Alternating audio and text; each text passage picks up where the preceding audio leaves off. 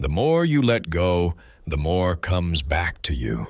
It sounds impossible, doesn't it? As if life were playing a trick, telling you that the secret to getting what you want is to stop demanding it. And yet, this is one of the oldest truths in nature. Look closely, and you'll see it everywhere. A river doesn't strain to reach the sea. It doesn't fight against the rocks or demand that the land change to suit its course. It simply flows, winding around obstacles, softening edges over time, moving steadily and patiently until it arrives. The leaves in autumn don't beg the tree to keep them. They let go, falling into the wind, trusting they will nourish the soil for something new. Even the waves never cling to the shore. They withdraw, only to return again and again, as if the act of letting go is the very rhythm of their existence. But we human beings, we struggle with this rhythm. We hold on, explain, justify, and control. We fear that if we stop clinging, everything we love will slip through our fingers. We explain ourselves endlessly. Why we made a choice, why we live the way we do, why we deserve to be here. We grip so tightly to our own image and to the approval of others that we forget how to live.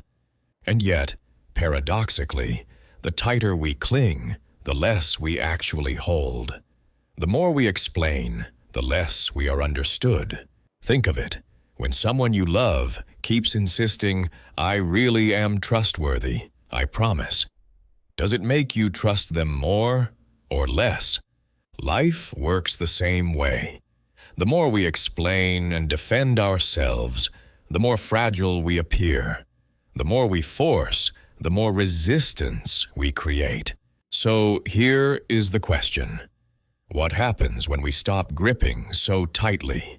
What if we stopped explaining ourselves to everyone, stopped rehearsing reasons for why we live the way we do, and simply began to live? What if the very energy we waste trying to prove our worth could be released into actually experiencing life? The paradox is simple but profound. Freedom begins not in controlling or justifying, but in loosening our grip. To let go is to make space. To stop explaining is to begin living. And when we allow life to move through us, like the river, like the leaves, like the tide, we discover that what we feared to lose was never really separate from us. There's an old story about a farmer who hired a young man to help him on the farm. The work wasn't heavy. It wasn't plowing fields or lifting bales of hay. The task seemed almost laughably simple. The farmer asked the helper to sort potatoes into 3 piles: big ones, medium ones, and small ones. The helper started enthusiastically, picking one potato after another, placing each in the right basket. But after a few hours, his energy drained. By midday, he was exhausted. By evening, he quit altogether. When the farmer asked why, the young man replied, "It wasn't the work that wore me out. It was all the deciding." This little story reveals something about the way many of us live. Our exhaustion doesn't always come from heavy lifting or hard labor. Often it comes from the endless need to explain, justify, and sort every moment of our lives into neat categories. We waste energy trying to control how we are seen, trying to make sense of everything, trying to defend every choice, when in reality, the explaining is heavier than the living. Think about the times you've found yourself rehearsing explanations in your head, why you didn't attend that party, why you ended that relationship, why you chose your career path. The explanations never seem to end. And it's not just others we explain ourselves to, it's also to ourselves. We sort through memories like those potatoes, asking, was that good or bad? Was I right or wrong? Am I justified or am I guilty? The irony is that life doesn't demand these explanations from us. The tree doesn't explain why it sheds its leaves. The river doesn't justify why it bends around the rocks. Yet we humans believe we must constantly account for our existence, as if someone were keeping score. Like the helper, we grow weary not from life itself, but from the endless decisions and justifications we impose upon it. Our minds become cluttered with explanations instead of being open to experience. And when the day ends, we wonder why we feel so drained. The truth is simple. Living is light, but explaining is heavy. When we put down the need to justify ourselves, we suddenly find the work of living much easier. Like the helper who quit sorting potatoes, we might finally realize that the hardest part of life isn't life itself. It's all the explaining we pile on top of it. What the helper in the potato story discovered is the same trap many of us live in every single day. Exhaustion not from life itself, but from the endless burden of overthinking, over-controlling, and over-explaining. It's not the potatoes that weigh us down, it's the constant mental sorting. When we try to control life, we become like someone clutching tightly to sand. The harder we grip, the faster it slips through our fingers. When we spend our days justifying our choices, to others, to ourselves, we end up living less and explaining more. Instead of tasting the meal, we're busy describing it. Instead of walking the path, we're busy mapping it for approval. This is where nature offers a profound lesson.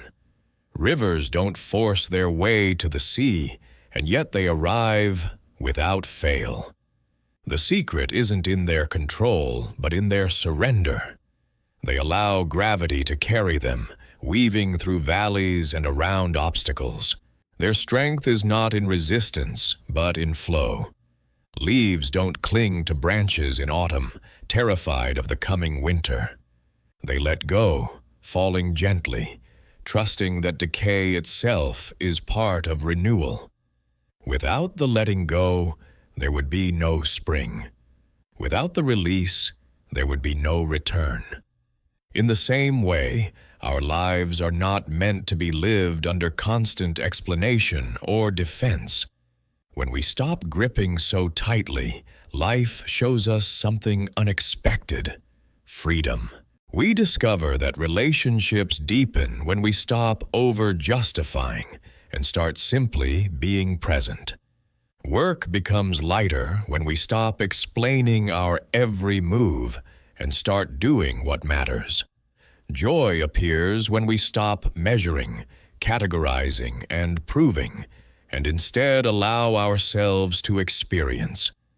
Alan Watts once observed that nature itself pries your fingers open and shows you the illusion of control. This is not a punishment, but a gift. Life gently but persistently reminds us that we were never meant to control everything, only to participate, to explain less, and to live more. The paradox is now clear. Over-controlling leads to exhaustion, while surrender leads to ease. Over-explaining leads to distance, while silence often deepens understanding. Life isn't waiting for us to justify ourselves. It's waiting for us to live. When we begin to trust the current, when we stop rehearsing reasons for our existence, we find that the river carries us where we were always meant to go, not by force, but by flow. Life, at its core, always gives us a choice between two paths. The first is the path of control, the constant explaining, defending, and holding on. The second is the path of trust, of allowing, releasing, and flowing with what is. On the first path, control becomes a heavy crown. Imagine a monarch sitting on a throne, insisting on ruling every detail of the kingdom. Every subject must be accounted for, every action justified, every outcome explained. At first, it seems powerful, the ability to command, to dictate, to defend one's position. But over time, the weight of this authority becomes unbearable. The monarch grows anxious, suspicious, and exhausted, for the effort to control everything isolates them from their people and from life itself. Now consider the second path. Instead of a monarchy of control, imagine a forest, a democracy of living things. No single tree dictates the weather, no bird explains its song, no river justifies its path. Each element cooperates within the rhythm of the whole. Shared power nourishes all things without dominating anything. In this ecosystem of trust, life flourishes, not because it is tightly managed, but because it is allowed to flow. We know the feeling of each path in our own bodies. The path of control shows up as anxiety, burnout, endless explanation, and a sense of separation. We try to micromanage how others see us, how events unfold, how the story of our life is told. Yet, in doing so, we lose touch with the living moment. We become tired kings and queens of an imaginary kingdom. The path of trust feels very different. It is cooperation instead of domination. It is being part of life's rhythm instead of standing apart from it. On this path, we discover that unexpected help arrives when we stop trying to do everything alone, that people connect more deeply with us when we stop explaining and start listening. That joy rises naturally when we stop clutching and start flowing. The paradox is clear. The more we cling, the more life resists. The more we trust, the more life aligns with us. Control isolates, but trust connects. Control burns us out, but trust restores us. So the question is not whether life will move. It always does. The question is, do we want to live as monarchs, anxious and weary from explaining everything, or as part of the forest, nourished by cooperation, flowing in rhythm with the whole? We are raised to believe that certainty is strength, that having the answers, the explanations, the proofs, is what makes us secure and respected. But what if the opposite were true? What if our freedom and our joy actually begin the moment we allow ourselves to say, "I don't know"? At first, this sounds like weakness, as if admitting we don't know means we are lost or inferior. But look again. The light cannot shine on itself. A blade cannot cut itself. The eye cannot see itself directly. There are limits built into the very nature of existence. And far from being a defect, these limits are what make perception possible. To know that we don't know is not a failure.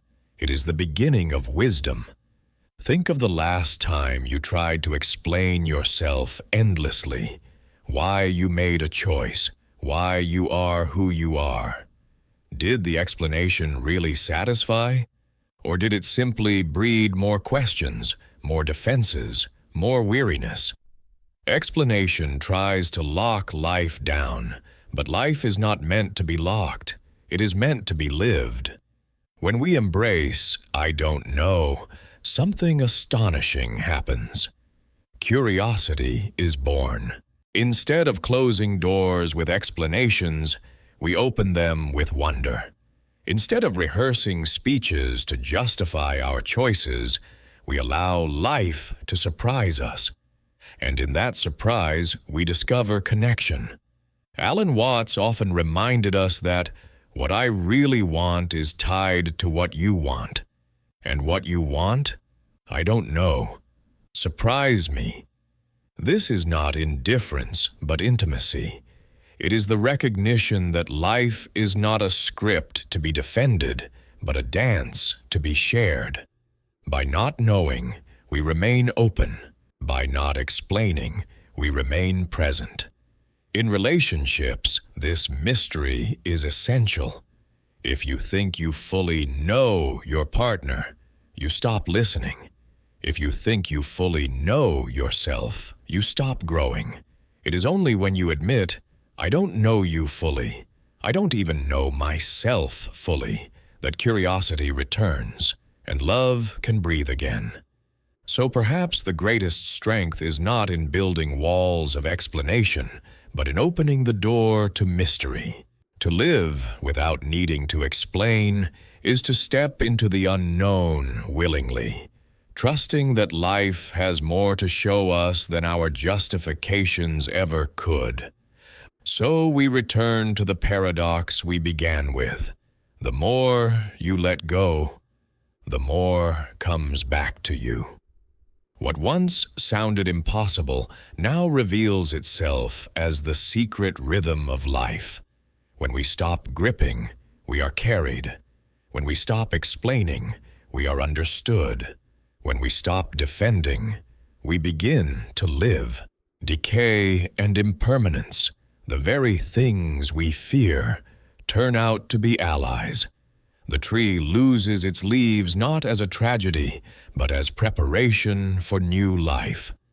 The wave withdraws from the shore not as abandonment, but as the promise of return. Every ending, every letting go, is already a beginning in disguise. We often think we must justify our existence, prove our worth, and explain our choices. But life has never asked this of us. The river does not present its reasons to the sea. It simply arrives. The stars do not explain why they shine. They simply shine. And you, too, are allowed to simply be. Imagine for a moment how light life becomes when you stop carrying the weight of endless explanations. You don't need to convince anyone of your value. You don't need to defend your path as if it were on trial. You can walk, breathe, love, and live without apology. And in that freedom, others will feel it too. For when you release yourself from explanation, you give them permission to release themselves as well. This is not a call to carelessness. It is a call to trust that life is wiser than our plans, that relationships thrive more on presence than on defense, that joy arrives not when we explain it, but when we experience it. So let the river carry you. Trust the tide. What is yours will not pass you by. It will arrive in its own season. And when it does, you will be ready. Not because you explained yourself into worthiness, but because you learned the deeper art, how to open your hands. Stop explaining yourself. Start living. For life is not waiting for your reasons. It is waiting for your presence. And the moment you surrender to that, you discover the truth that has always been whispering to you. You are already enough.